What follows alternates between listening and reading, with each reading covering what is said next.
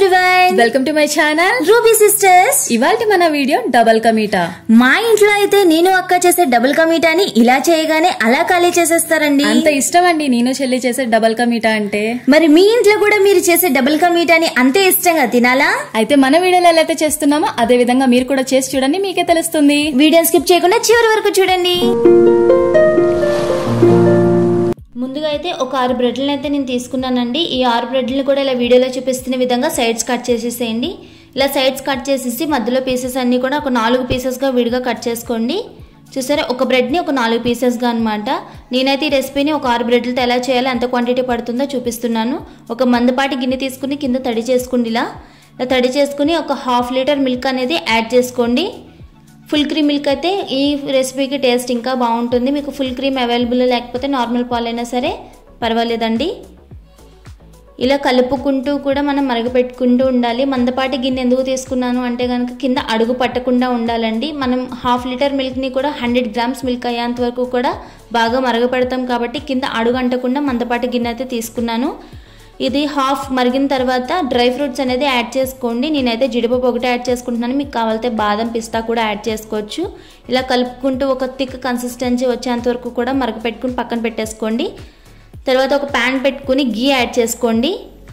మీకు నచ్చితే మొత్తం గీ యాడ్ చేసుకోవచ్చు, లేదు అంటే కనుక 1/2 గీ 1/2 ఆయిల్ అనేది యాడ్ చేసుకోండి. ఆయిల్ కూడా ఏ ఆయిల్ పడితే ఆయిల్ వద్దు, సన్ఫ్లవర్ ఆయిల్ అయితే టేస్ట్ ఇంకా బాగుంటుందండి.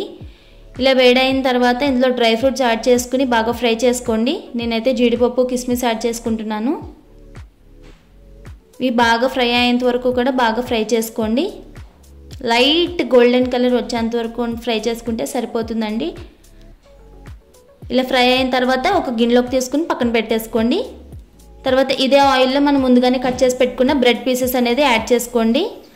నేనైతే లైట్ గోల్డెన్ కలర్ వచ్చేంత వరకు ఫ్రై చేసుకుంటున్నాను. మీకు కలర్ బాగుండాలి చూడడానికి అంటే కనుక డార్క్ గోల్డెన్ కలర్ వచ్చేంత వరకు ఫ్రై చేసుకుంటే బాగుంటుందండి. ఇలా ఫ్రై అయిన తర్వాత పక్కకు తీసేసుకోండి. తర్వాత ఇదే ప్యాన్లో మళ్ళీ గీ, ఆయిల్ యాడ్ చేసుకుని మిగిలిన బ్రెడ్ పీసెస్ కూడా వేసుకుని బాగా ఫ్రై చేసుకోండి. అవి కూడా ఇలా టర్న్ చేసుకుని ఒక సైడ్ తర్వాత ఒక సైడ్ టర్న్ చేసుకుని, ఇది బ్రెడ్ అనేది మీరు ఎంత వేసినా సరే ఆయిల్ కానీ గీ కానీ పీల్ చేసుకుంటుందండి. తర్వాత మళ్ళీ యాడ్ చేసుకుంటూ ఫ్రై చేసుకోవాలి. ఇలా పక్కన పెట్టేసుకోండి. ఇదే ప్యాన్ని మళ్ళీ మనం యూజ్ చేస్తాం కాబట్టి ఒక టిష్యూ కానీ క్లాత్ కానీ తీసుకుని ఇలా నీట్గా క్లీన్ చేసేసుకోండి. ఇలా క్లీన్ చేసేసుకొని మీడియం కప్తో నేను 1/2 కప్పు షుగర్ అనేది తీసుకుంటున్నానండి. మీరు స్వీట్ ఎక్కువ తింటే 1 కప్పు వరకు తీసుకోండి. తర్వాత అదే కప్తో 1/2 కప్పు వాటర్ వేసుకోండి. అది పర్ఫెక్ట్ కొలత సరిపోతుందండి. మొత్తం షుగర్ అంతా కూడా బాగా కరిగేంత వరకు ఇలా కలుపుకోండి. ఇలా కలుపుకున్న తర్వాత నేను ఇందులో సాఫ్రాన్ యాడ్ చేసుకుంటున్నానండి. కుంకుమ పువ్వు.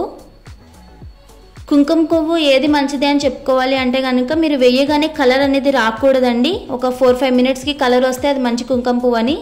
లేదు తొందరగా వచ్చేసింది అంటే కనుక అది మీరు కలర్ అనేది యాడ్ చేసినట్టు అందులో వాళ్ళు. చూసారా, నాకు 4-5 మినిట్స్కి కలర్ అనేది వచ్చింది.